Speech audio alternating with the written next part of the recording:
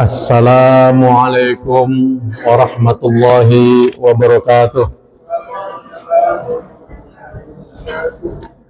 Alhamdulillahilladzi arsala rasulahu bil huda wa dinil haq liyudhhirahu 'alad dini kullih walau karihal kafirun. Allahumma shalli wa sallim ala sayyidina Muhammadin wa ala alihi washabbihi ajmain. Yang kami muliakan para sesepuh, tokoh agama, tokoh masyarakat di lingkungan Masjid Qadiyatul Munawwarah, imam masjid, para pengurus masjid, adik-adik remaja masjid, hadirin hadirat jamaah sholat tarawih malam hari ini yang insya Allah tentunya kita semua berharap dan berdoa kepada Allah agar bisa melaksanakan ibadah di dalam bulan suci Ramadan ini dengan sempurna, dengan kondisi sehat walafiat, dan tentunya amal ibadah kita diterima oleh Allah Subhanahu wa Ta'ala. Amin. Bapak Ibu sekalian, kita sebagai umat Islam sudah selayaknya bersyukur kehadirat Allah Subhanahu wa Ta'ala. Salah satu yang patut kita syukuri adalah kita punya pedoman hidup yang sangat luar biasa, yakni mukjizat terbesar Nabi kita Muhammad SAW berupa Al-Quran. Kenapa kita harus syukuri? Karena mukjizat ini memiliki kekuatannya tidak hanya dimiliki oleh Nabi Muhammad saja, tetapi oleh kita semua, para pengikutnya, bahkan semua umat manusia kalau mau merujuk ke dalam Al-Quran dalam menyikapi hidup dan kehidupannya, insya Allah Al-Quran akan berfungsi sebagai mukjizat yang luar biasa. Syahrul Ramadan alladzi unzila fihi al-Qur'an hudal linnas wa bayyinatin minal huda wal furqan, kata Allah. Dan bulan Ramadan ini adalah bulan yang mulia. Salah satu yang menjadikan Ramadan mulia ini adalah karena di dalamnya diturunkan Al-Quran. Fungsinya adalah hudal linnas, untuk petunjuk bagi umat manusia. Bapak Ibu, banyak cerita-cerita yang unik, yang hebat, yang bagus, yang berkaitan dengan kehebatan Al-Quran ini. Saya kalau mengamati ini, pokoknya hampir semua aspek kehidupan, Pak, yang kaitannya dengan hal-hal yang mistik. Contohnya, kalau sinetron, Pak, ada hal-hal yang sesat, yang kaitannya dengan dukun, santet, apa, pasti yang mengalahkannya itu biasanya kiai menggunakan ayat Quran. Terus yang kaitannya dengan asmara, bisa juga, Pak. Saya punya pengalaman, Pak, waktu pulang dari pesantren, ada teman SD, ya lucu, kayak kita ini di pesantren kan sebenarnya belajar ilmu syariat, Pak, ya. Belajar sholat, belajar fikih, menghafal Quran, apa. Pas pulang dari pesantren, ini teman justru mintanya aneh. Mus, kamu sudah lama di pondok, pasti kamu punya ilmu yang inilah yang mantap. Ilmu apa ya? Ilmu sembahyang saya punya, saya bilang. Anda, saya senang sama cewek ini, kan. Waduh, padahal saya tidak belajar itu, Pak. Cuma namanya santri, kadang-kadang kita sudah biasa terlatih akal-akalan. Bagaimana ini ya? Kalau bilang tidak bisa, Pak, gengsi juga. Akhirnya, oke, kalau kamu mau, yang penting serius, sungguh-sungguh mau dinikahi, oh iya, saya seneng kok, masa niatnya tidak dinikahi. Jadi saya cari mendadak nyari, Pak, bukan dari guru ini, sebenarnya nyari-nyari sendiri di Quran. Cari ayat yang ada kaitannya dengan wa alqaitu. Pas ada ayat itu, wa alqaitu alaika mahabbatan minni walitusna ala ini. Saya lupa itu ayat surat apa itu, surat Taubah atau apa itu. Yang penting ada itu ayat, ada mahabbahnya. Kalau kamu serius, kamu Syarat pertamanya sholat 5 waktu, jangan tinggal dulu. Kamu masih tinggal enggak?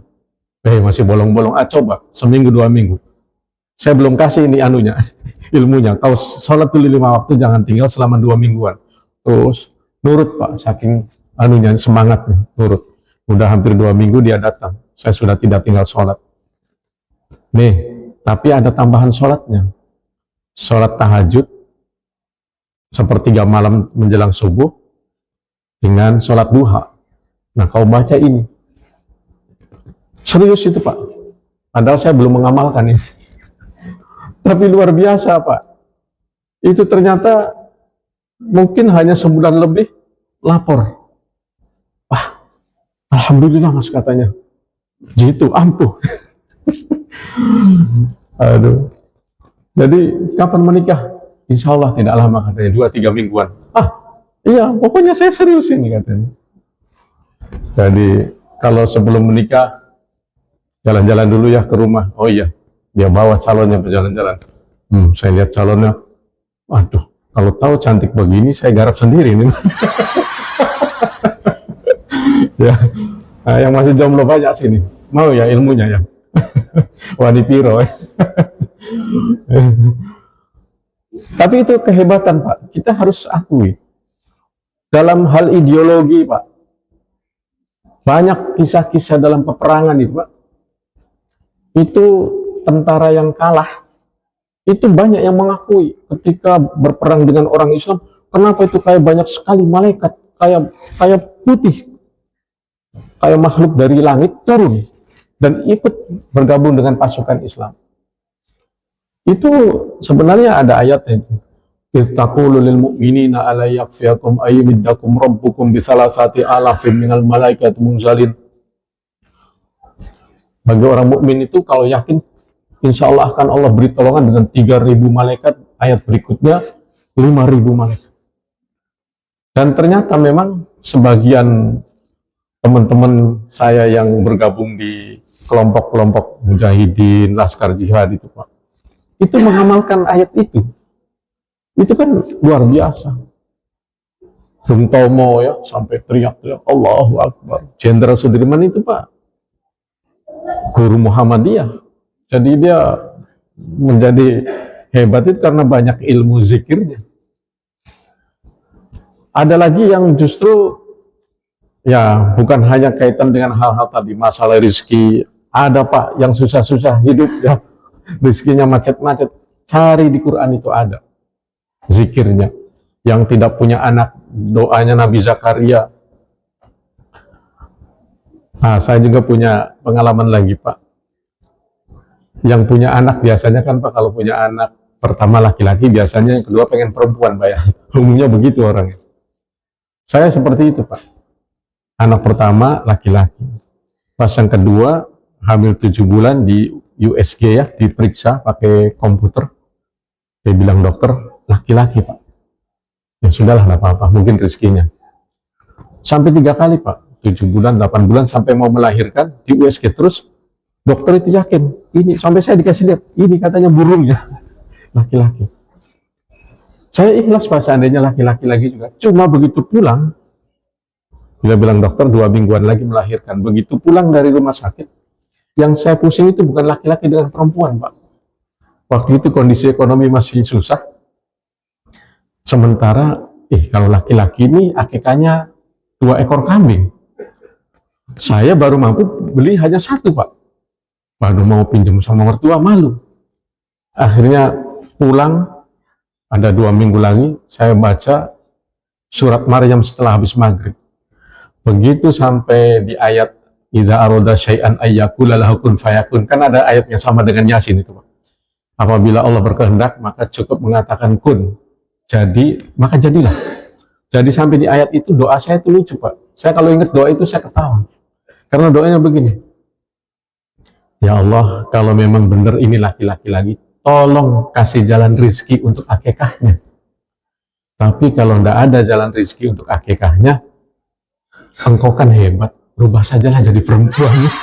Doa saya seperti itu Pak. Pokoknya saya merajuk begitu, rubah sajalah jadi perempuan.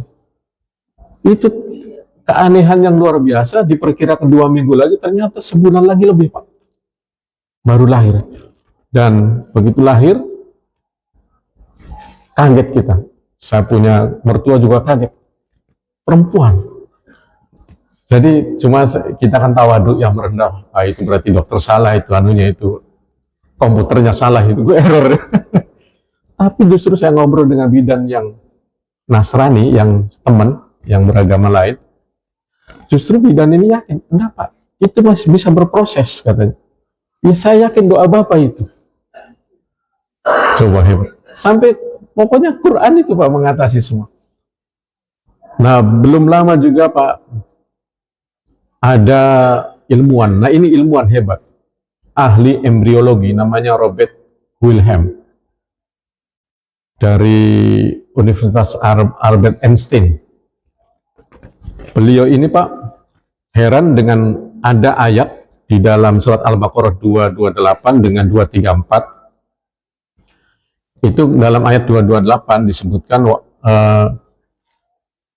wal mutallaqatu yatarabbasna bi anfusihinna salasata quru.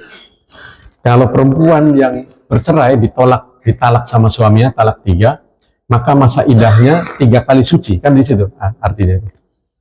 3 kali haid atau 3 kali suci. Nah, tapi ayat 234 walladzina yutawaffawna minkum wa yadharuna azwaja yatarabbasna bi anfusihinna arba'ata ashhurin wa ashra. Seandainya laki-laki di antara kalian, para suami di antara kalian meninggal dunia dan meninggalkan istri-istri, maka istrinya itu masa idahnya itu 4 bulan 10 hari. Kita orang beriman kan enggak sampai ngulik-ngulik begitu, yang penting iman saja. Kalau dia bercerai, masa idahnya 3 bulan atau 3 kali suci, kalau ditinggal meninggal suaminya 4 bulan 10 hari. Tapi ini Robert Wilhelm, dia teliti Pak, karena dia ahli embriologi, ada apa sesungguhnya ini. Ternyata dia temukan bahwa di dalam sperma laki-laki, akhirnya beliau menyebut namanya sidik sperma pria Pak. Kalau sidik jari ini kan, orang manusia jumlahnya miliaran di dunia ini Pak, tidak ada yang sama satupun kan. Ternyata penemuan beliau, sidik sperma laki-laki di seluruh dunia pun tidak ada yang sama. Sehingga Pak, ketika seorang perempuan habis melakukan hubungan suami istri dengan suaminya misalnya, itu dia memancarkan sidik sperma laki-laki mengandung lebih dari 60 protein kalau tidak salah. Nah, seandainya dia lakukan lagi selingkuh dengan laki-laki lain, itu jenisnya beda Pak. Dan rahimnya perempuan itu seperti komputer ternyata. Nah, ini kaitannya dengan ayat tadi, beliau langsung penelitiannya dia lanjutkan, kenapa ini 3 bulan kalau bercerai, dan kalau meninggal 4 bulan 10 hari. Ternyata kalau dia bercerai dengan suaminya, dan tidak melakukan hubungan suami istri lagi, selama 3 bulan, itu sidik sperma pria hilang Pak, habis.